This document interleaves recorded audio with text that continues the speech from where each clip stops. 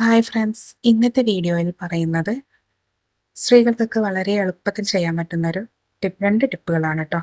അപ്പോൾ അതിൽ ഒന്നാമത്തെ ടിപ്പ് എന്ന് പറയുന്നത് പൊടി തരിക്കുന്നതാണ്. പൊടി എല്ലാവരും സാധാരണ നമ്മൾ അരിപ്പയിൽ തരിക്കുന്ന സമയത്ത് പലർക്കും നമ്മൾ മൈദപ്പൊടി ആവട്ടെ ഇനി മറ്റെന്ത് പൊടിയാവട്ടെ ആട്ടപ്പൊടി ആകട്ടെ നമ്മൾ തരിക്കുമ്പോൾ തീർച്ചയായും ഇതുപോലെ പുറത്തേക്ക് തൂത്തു പോകാറുണ്ട്.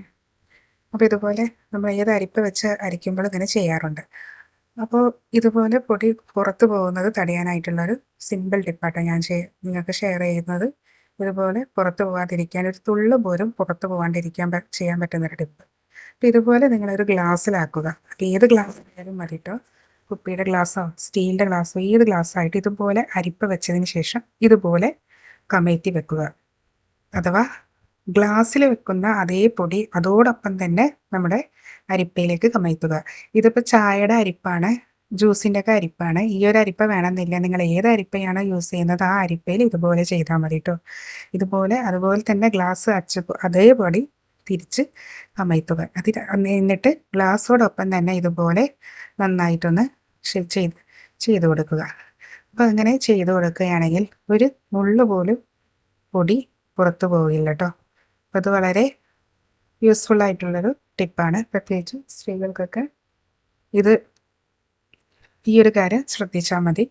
കൂടുതൽ പൊടികളൊക്കെ തരിച്ച് വെക്കുന്നവരാണെങ്കിൽ വലിയ ഇതുപോലെ ഒരു പാത്രം എടുത്ത് ഇതുപോലെ ഒന്ന് തരിച്ചു കൊടുത്താൽ മതി കേട്ടോ. അപ്പോൾ ഇതിനുള്ള പോലും പൊടി നമുക്ക് പുറത്ത് പോയിട്ടില്ല. ഇനി മറ്റൊരു ടിപ്പ് പറയുന്നത്, നമ്മൾ വെളിച്ചെണ്ണയൊക്കെ യൂസ് ചെയ്യുന്ന സമയത്ത് ഓയിലിൻ്റെ ബോട്ടിൽ നമുക്ക് കുറച്ച് മാത്രം ഓയിൽ പുറത്ത് വരാനുള്ളൊരു വിദ്യ എന്ന് പറയുന്നത്, ചിലപ്പോൾ മൂടി തുറക്കുന്ന സമയത്ത് പെട്ടെന്ന് തന്നെ ഒരുപാട് കൂടുതൽ എമൗണ്ട് പുറത്ത് പോകാറുണ്ട്. അപ്പോൾ അതിന് ചെയ്യുന്നതാണ് കേട്ടോ ഇത് നമ്മുടെ പപ്പടക്കോല് ജസ്റ്റ് ഒന്ന് ചൂടാക്കിയതിന് ശേഷം ഇതിലേക്ക് ഒന്ന് ഹോൾസ് ഇട്ട് കൊടുക്കുക. അതിനുശേഷം ഇത് മൂടി കഴിഞ്ഞിട്ടുണ്ടെങ്കിൽ നമ്മൾ ഏത് ബോട്ടിലാണോ എണ്ണ ഉപയോഗിക്കുന്നത് ഇത് കണ്ടോ, ഇതുപോലെ വളരെ കുറച്ച് മാത്രം എണ്ണ